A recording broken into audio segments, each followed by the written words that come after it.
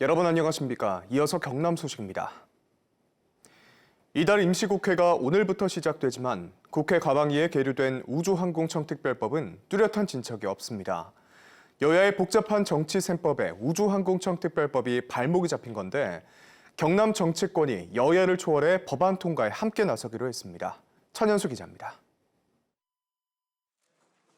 우주항공청 특별법을 신속하게 통과시키기 위한 국회 과학기술정보 방송통신위원회 과방위 안건조정위원회는 지난달 31일 2차 회의를 끝으로 2주째 회의가 열리지 않고 있습니다.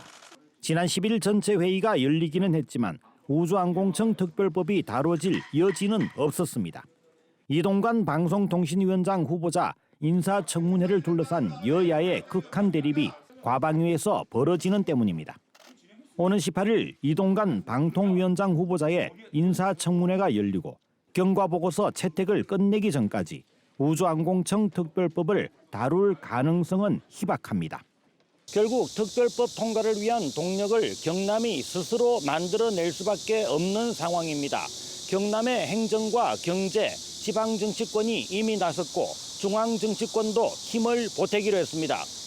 더불어민주당 경남도당 김두관, 민홍철, 김정호 의원은 우주항공청 사천 설치에 찬성입니다. 이들은 같은 당인 민주당 과방위 의원들을 만나 우주항공청 특별법의 조속한 통과를 요청하기로 했습니다. 경남 발전에 여야가 없이 함께하고 있고요. 많은 분들께서 국회를 방문하셔서 설명해 주셨고 거기에 경남의 민주당 의원들도 전적으로 함께하고 있다는 말씀드립니다. 국민의힘 경남 국회의원들은 우주항공청 특별법이 정쟁의 대상이 되어서는 안 된다는 입장입니다. 민주당과 마찬가지로 과방위 의원들을 찾아다니며 법안 통과를 설득하겠다는 것입니다. 경남도민의 여망을 함께 전달해서 이걸 더 이상 미루지 못하도록 설득도 하고 또 종용도 하고 때때로는 실현한 의지도 보여줄 것입니다. 답보 상태에 빠진 우주항공청 특별법. 경남 국회의원들이 여야를 초월한 공동 대응으로 돌파구를 찾을지 주목됩니다. KBS 뉴스 전현수입니다. 창원시가 여과 설비 하자를 방치하고 있는 덕동 물재생센터 소식 이어갑니다. 하수 처리 시설은 올해로 30년이 됐는데요. 창원시는 전면 보완을 할지 문제가 된 여과 시설을 재도입할지를 두고 고민해왔습니다. 하지만 홍남표 시장 취임 이후 관련 절차는 사실상 중단된 것으로 확인됐습니다. 손원혁 기자의 보도입니다. 3년 전 창원시가 만든 덕동 물재생센터 여과 설비 개량 사업 추진 서류입니다. 여과 설비 하자를 둘러싼 2심 일부 승소 뒤 대법원 확정 판결이 나면 신속하게 새 여과 설비를 설치하려던 계획입니다. 창원시는 마산만 오염 방지를 위해 자동 여과기 설치가 시급하다고 판단했습니다. 이후 창원시는 공법 선정과 설계까지 마쳤지만 사업은 더 추진되지 않았습니다. 설계에 쓴 비용만 6억 원. 창원시는 여과시설 설치 여부가 아직 확정되지 않았다고 밝혔습니다. 단순한 여가 시설 개량보다는 전체적으로 이제 평가, 용역 평가를 해서 노후 시설에 대한 실태 평가라든지 타당성 검토를 해가지고 종합적이고 경제적인 방법을 찾아가지고. 대신 올해로 30년을 맞은 창원 덕동 물재생센터 전반에 대한 종합적인 진단을 하겠다는 입장입니다. 하수 처리 시설 재건설이나 시설 개량 타당성 평가 등에 최소 1년 이상 걸리지만 민선 8기 들어 창원시는 관련 용역을 발주하지도 않았습니다. 여과 시설 없이 지금 상태로 운영한다는 뜻입니다. 노후화가 이제 닥칠 것을 알았기 때문에 사전에 어느 부분에 어떤 예산을 쓸 것이냐를 미리 좀 준비를 해놨다가 장기간 하수 처리 시설 일부 미가동 속에 방류 수질 기준 초과로 매년 과태료를 내고 있는 창원시. 기나긴 소송에 이겨 200억 원의 예산을 확보하고도 어떤 사업에 어떻게 쓸지 치밀한 사전 대비가 부족했다는 지적이 나옵니다. KBS 뉴스 손원혁입니다. 1,000억 원 가까운 예산을 들여 만든 함양군 대봉산 휴양밸리가 지난해만 20억 원에 달하는 적자를 기록했습니다. 한 해 20억 원 흑자를 기대했던 것과는 정반대의 결과인데요. 함양군은 시설을 민간 위탁하기로 했지만 과제가 적지 않습니다. 박기원 기자입니다. 국비 등 930여억 원을 들여 만든 함양 대봉산 휴양밸리입니다. 모노레일과 캠핑장, 산림욕장 등 가족 단위 관광객이 주로 찾습니다. 지난해 방문객은 22만여 명. 개장 2년 만에 지역 대표 관광지로 떠올랐지만 함양군은 이 시설을 민간에 위탁해 운영하기로 했습니다. 쌓여가는 적자 때문입니다. 지난해 휴양밸리의 적자는 19억 6천만 원. 최근 민간 위탁 검토 용역에서 적자 규모가 구체적으로 드러난 것입니다. 함양군의 예상과 정반대의 성적표입니다. 2015년 함양군은 이 사업으로 한 해 20억 원의 흑자가 날 것이라고 군의회에 보고했습니다. 우리 함양 국민을 위한 함양군을 알리기 위한 랜드마크를 만들기 위해서 만든 거라 가지고 공익성이 많다 보니까 좀 수입이 작아요. 지난달 민간 위탁 용역 보고에서는 적자 보전금 지급을 통한 전체 시설을 위탁하는 방안과 운영권만 위탁하고 관리권은 군이 갖는 방안 등이 검토됐습니다.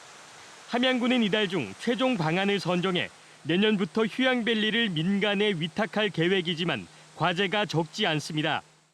시설 규모상 대기업이 나서지 않을 경우 전체 위탁 운영은 사실상 어렵고 시설을 따로 떼어 위탁할 경우에도 사업자를 찾기 쉽지 않은 상황입니다.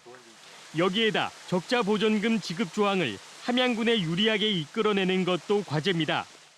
결정된 아니고 이게 서류도 받아야 되고 우리가 지분 계획을 수립을 해서 그 구체적인 구상을 해야 돼요. 적자 운영 속에서도 함양군은 올해 58억 원을 들여 휴양밸리의 추가 숙박시설 건립 등을 추진하고 있습니다. KBS 뉴스 박기훈입니다. 연일 무더위가 이어지는 요즘입니다. 함양의 낮 기온이 34도까지 오르는 등 대부분 지역에서 33도 안팎으로 무덥겠는데요. 습도가 높아서 체감 온도는 더욱 높겠습니다. 계속해서 우리 지역에 폭염특보가 내려져 있는 가운데 더위에 건강 상하지 않게 각별한 유의가 필요하겠습니다. 한편 오늘은 곳곳으로 강한 소나기를 유의하셔야겠습니다. 특히 경남 서부 내륙을 중심으로 매우 강한 소나기가 내릴 가능성이 있겠는데요. 예상되는 강수량은 오늘 오후부터 내일 새벽 사이 5에서 40mm, 서부 내륙을 중심으로는 60mm 이상입니다. 자세한 지역별 기온 살펴보겠습니다. 현재 기온 창원이 25도, 의령이 24도를 보이고 있습니다. 한낮에는 창원이 32도, 거제가 30도로 어제와 비슷하거나 조금 낮겠습니다. 서부 지역도 진주가 25도, 거창이 22도로 출발하는 아침이고요. 한낮에는 진주가 32도, 사천 31도 예상됩니다. 바다의 물결은 동해상을 중심으로 최고 3.5m로 매우 높게 일겠고 해안가를 중심으로는 너울을 주의하셔야겠습니다. 당분간 32도 안팎의 낮더위는 계속됩니다. 날씨였습니다. 광복 78주년 기념식이 어제 경남도청에서도 독립유공자 가족 등 400여 명이 참석한 가운데 개최됐습니다. 이번 행사에서는 밀양과 산청, 함양에서 독립운동에 헌신한 최경학, 이호용, 하찬현 선생의 업적을 유가족이 직접 설명하는 시간을 가졌습니다. 또 창원에서는 단정 배중세 지사 순국 추념식과 대종각 타종 행사가 열렸고 밀양에서는 기념식과 문화공간이 문화공연이 마련돼 애국지사의 숭고한 뜻을 기렸습니다. 일본에 의해 벌어진 태평양 전쟁 당시 숨지거나 행방이 확인되지 않은 조선 출신 군인과 군속이 정리된 명부들이 처음으로 공개됐습니다.